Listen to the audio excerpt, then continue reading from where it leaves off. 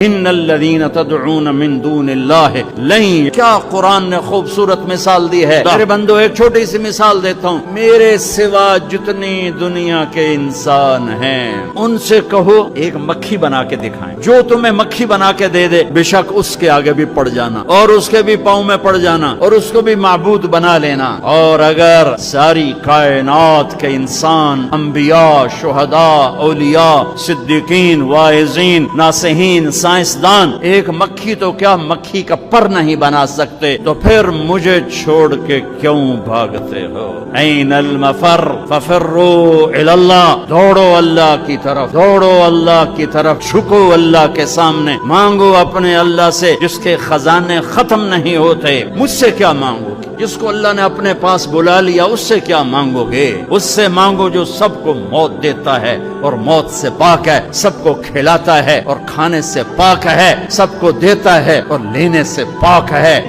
جس کو دینے کے لیے کہیں سے لینا نہیں پڑتا۔ مجھے پانی پینے کے لیے گلاس کا سہارا ہے اور گلاس کو بوتل کے پانی کا سہارا ہے، پھر یہ میرے منہ میں جا رہا ہے۔ میرے اللہ کو دینے کے لیے کسی آسرے سہارا